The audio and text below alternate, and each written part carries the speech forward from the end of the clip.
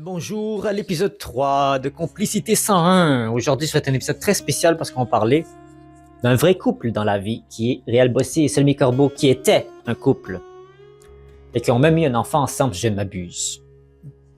J'ai fait une vidéo de mes meilleurs matchs de tous les temps et je vous invite, je vais vous mettre un lien dans la description pour que vous la visionnez, dans lequel j'ai parlé de mes matchs favoris. Ça, c'était un de mes matchs favoris opposant Salmi Corbeau et Réal Bossé. Vous avez voté à plus de 80%. Je vous en remercie pour cette vidéo.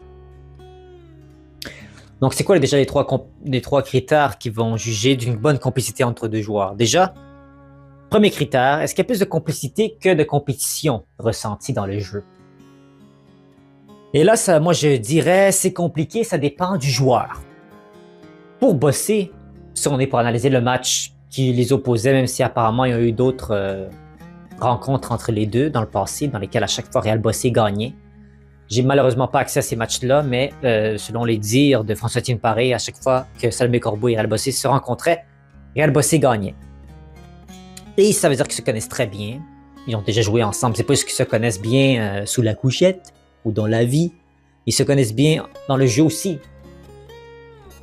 Pour Réal Bossé, il n'y a pas vraiment de compétition. C'est plus de la complicité. Mais pour Salmi Corbeau, c'est plus de compétition. Il faut qu'elle le batte, ce monstre-là, comme elle le dit dans la vidéo.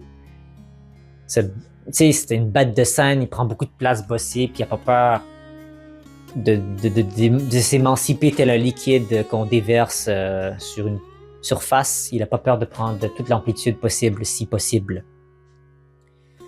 Mais je sais que Réal Bossé a beaucoup de respect pour Salmi Corbeau dans son jeu, et c'est pour ça que ça marche tellement bien, leur cohésion. Même si Salmi Corbeau joue sa vie dans ce match-là, et quand Réal Bossé, lui, il perd pas en haleine, il est en train de courir, mais il est pas en train de s'essouffler, ou il est pas en train de s'énerver, ou de stresser parce qu'il va prendre du recul dans des impros. C'est ça qui est un peu la, comme on dit, la dichotomie entre les deux.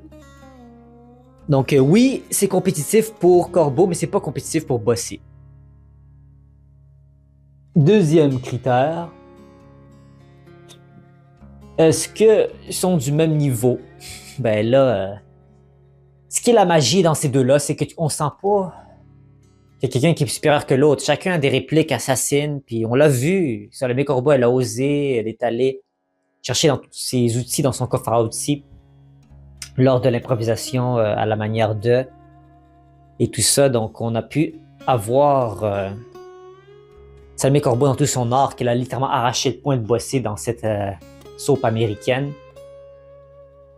Et ça nous permet de voir qu'elle a plus d'un tour dans son sac.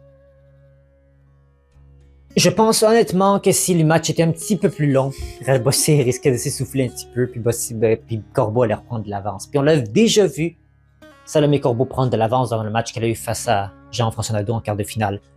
Elle a été littéralement en retard de 3 points, elle a, boum, non seulement égalisé, mais elle a gagné le match. Donc on sait très bien que Corbeau a la capacité de revenir ou dans le jeu. Elle abandonne pas. Sauf que dans ce match-là, elle a été trop peu passée pour vaincre Réal Bossé. Donc on ne peut pas vraiment dire qu'ils sont du même niveau. À ce moment-là, parce que le match a été fait en 2011, aujourd'hui, Corbeau joue toujours à la LNI. Bossé a arrêté il y a quelques années, je pense à 2 ans. Parce qu'après ses 25 ans, Bossé s'est dit je vais prendre une bonne pause de ça, de la LNI ou de l'impro. Je ne sais pas s'il va prendre une pause ou s'il a arrêté pour de bon. Ils ont des enfants, puis ils vont faire des bébés de l'impro, comme on dit. Peut-être un jour, on les verra faire de l'impro chez les pros. Hein? Ce sera la seconde génération, ce sera la première seconde génération d'impro. Est-ce que vous vous rendez compte à quel point la LNI n'est pas si vieille que ça? En 77, ça a vu les jours. Et je sais pas, je peux me tromper, mais jusqu'à présent, tous les joueurs qu'on a vu faire de la LNI ou de l'impro, on n'a jamais vu une deuxième génération d'enfants qui voulaient aller se mettre dans l'impro. Bon, en même temps, on se dit que vu que c'est leurs parents qui ont fait la plus grande marche pour permettre à leurs enfants d'avoir un avenir dans le milieu cinématographique ou artistique, qui n'ont pas eu à passer dans le moule de l'impro pour se diriger, se propulser vers le cinéma ou vers les longs métrages ou vers tout ce qui est des séries télévisées ou je ne sais quoi qui pourraient jouer ou qui pourraient les interpeller. Même si moi, je considère quand même que même en tant que jeune, tous d'entre nous, je pense qu'il y a un intérêt. C'est pour ça que vous êtes ici, c'est pour ça que vous êtes sur cette chaîne et que vous vous abonnez, j'espère. En regardant cette vidéo, vous êtes abonné. Parce que vous aimez l'impro. Peu importe l'âge que vous avez, l'impro, ça vous interpelle et vous voulez en savoir plus et vous voulez avoir du contenu d'impro, puis je me fais mon possible, puis ça fait 1000 vidéos que j'ai mis sur cette chaîne YouTube-là, de vous donner le plus possible de contenu d'impro. Donc, moi, je pense que si j'avais été à leur place, à ces enfants-là, j'aurais pris l'opportunité aussi de pouvoir me glisser une place dans l'impro. Mais peut-être que ça les intéresse pas, peut-être qu'ils sont juste pas bons là-dedans, ou qu'ils veulent pas faire ça. Ils préfèrent faire de l'acting, ou jouer dans des petites séries télé, ou dans des petites rom-coms. Ça se peut, ou dans des télé-réalités, je ne sais quoi. Ça se peut. C'est pas pour tout le monde l'impro. C'est pas n'importe quel art. Même, je dirais que, tu sais, dans le cas des artistes, d'enfants, tu sais, la fille de Johnny Depp, puis de... Je sais pas, c'est la fille de Johnny Depp et de... La française avec qui il était. Elle est en train de faire de l'acting, Maya Hawke, qui a joué dans Stranger Things, qui est la fille de Ethan Hawke et Uma Thurman et tout ça. Bon, les enfants, ils font de l'acting comme leurs parents. Ils ont les mêmes passions, mais l'acting, c'est plus large. On peut vraiment y faire n'importe quoi, même des mauvaises actrices. Ils peuvent en faire de l'acting. Les gens qui sont pas bonnes en acting, mais qui sont très jolis à la télé parce que ça des quotas. Pour l'impro, on s'en fout vraiment de quoi t'as de l'air pour faire de l'impro. T'as besoin d'être le plus joli pétard qui soit. Tu fais de l'impro, oui, t'es filmé, certes, mais c'est pas au niveau tant micromanager la preuve. C'est de l'impro. On sait pas ce qu'on va faire. On peut littéralement avoir se faire une honte de nous-mêmes ou vraiment faire ce qu'on veut, puis ça va passer. C'est ça qui est la magie de l'impro. Peut-être pour ça que beaucoup de jeunes enfants d'union d'artistes désirent peut-être pas faire de l'impro parce qu'ils seraient intimidés par ça, ou peut-être qu'ils se disent « Ah, mes parents ont l'air fous en faisant de l'impro, moi je veux pas faire ça. » Ou « J'ai pas besoin de faire ça, d'aller dans ces tremplins-là que mes parents ont allé pour aller dans éventuellement le monde des arts qu'on les connaît aujourd'hui, puis d'aller dans les gros films, longs métrages de dramatique et plus sérieux. » Bon, très bien de bavardage. On pense que je me suis m'éloigné du sujet, mais c'est pas vrai. J'ai vraiment... Parce qu'ils sont un couple dans la vie, puis ils ont un enfant ensemble. Et quand ils ont eu cette finale-là, Samuel Corbeau, je t'ai dit, je fais juste ça des bébés de l'impro. Puis là, l'enfant, tu te dis, ah, mais ils sont trop jeunes, peut-être, les enfants, pour faire de l'impro. Peut-être. Si j'assume le fait que les enfants, là-bas, elle était enceinte, Samuel Corbeau, en 2010, même que je pense pas qu'elle était enceinte de Réal Bossé à ce moment-là. Peut-être, je peux me tromper. Et qu'elle était enceinte d'un autre mec avec lequel elle était. Mais je pense que c'était le bébé qui était avec Réal Bossé à ce moment-là, en 2010. Et c'est peut-être pour ça que, en tout cas, je vais pas dire n'importe quoi, peut-être que je me trompe complètement. Que c'était pas son enfant à ces deux-là, en 2010. Mais mettons que c'est le lait. C'est-à-dire que l'enfant serait né en 2010-2011 à peu près. Right? Parce que je sais que la finale en 2011, par exemple, ça a été fait au mois de décembre. Celle de 2010, j'en ai aucune idée. Peut-être c'était la même chose. Donc, si on assume que l'enfant était né vers décembre 2010 à début janvier 2011, ben, il n'y a pas encore 18 ans, l'enfant. Les enfants qui ont 18 ans, c'est en 2007. Donc, c'est peut-être pour ça aussi qu'on les a pas encore vus, parce qu'ils sont encore beaucoup trop jeunes. Peut-être. Peut-être.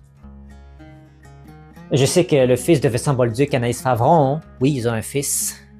Il fait des différents projets dans la sphère, mais ça n'a pas l'air pour l'instant qu'il s'intéresse à l'impro. Donc voilà, tout dépendant de... Mais aussi, tu sais, les 70, c'est Gaston Lepage, tout ça, ils ont 80 quelques années. Ils ont sûrement eu des enfants, puis leurs enfants, il n'y a pas d'intérêt de faire de l'impro, d'après ce que je puisse comprendre. Donc voilà, pour le deuxième critère. Et le dernier critère, je sais que je suis un petit peu allé un peu loin, mais je pense que c'est intéressant de parler de ces petits sujets-là qui concernent le futur de l'impro, les enfants d'impro, parce qu'on a ça dans presque toutes les autres disciplines artistiques ou sportives. Les parents ont été dans ce métier-là, dans ces disciplines-là, puis les enfants, des fois, ils peuvent reprendre le flambeau, mais ça arrive dans toutes les disciplines. Bon, souvent que l'enfant va être passionné par ce que ses parents son père ou sa mère faisait, il va répliquer ça. Mais dans l'impro, ça reste à voir pour une première. Donc, troisième critère, création de belles improvisations.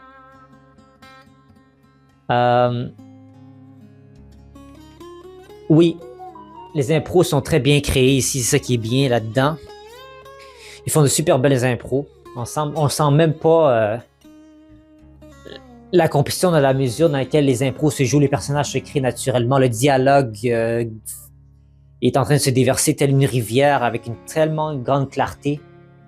Donc, les improvisations sont magnifiques ici. C'est ça, souvent, ça, dans ce critère-là qu'on en parle souvent, c'est toujours oui, oui, oui, ils font des belles impros. C'est pour ça que on est ici dans la complicité 101, parce que c'est le cas. Donc, je pense vraiment et honnêtement que s'ils jouent un match aujourd'hui, dans les duels, peut-être, Réal Bossé et Salmé Corbeau commence vraiment à avoir plus d'expérience que Réal Bossé au niveau des trophées, puis de ce qu'elle gagne, elle devient en plus meilleure, une vétérante et on peut compter sur elle.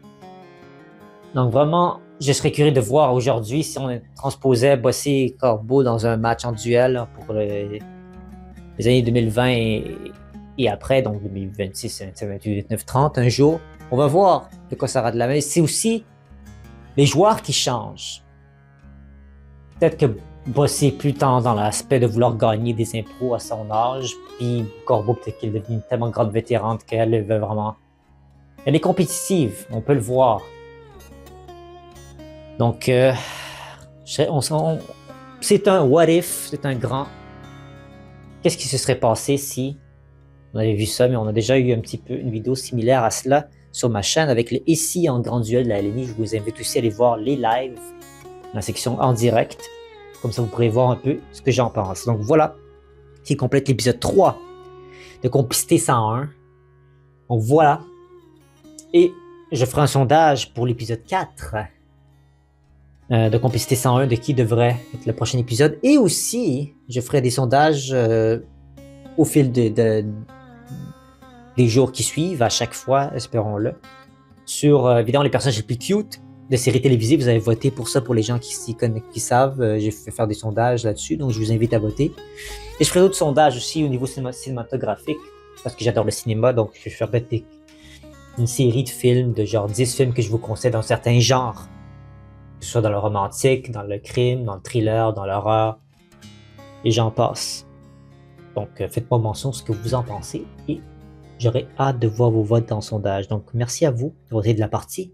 On se retrouve très bientôt. N'hésitez pas à aller voir dans la section communauté de ma chaîne. Vous allez voir des sondages régulièrement. Donc merci à vous.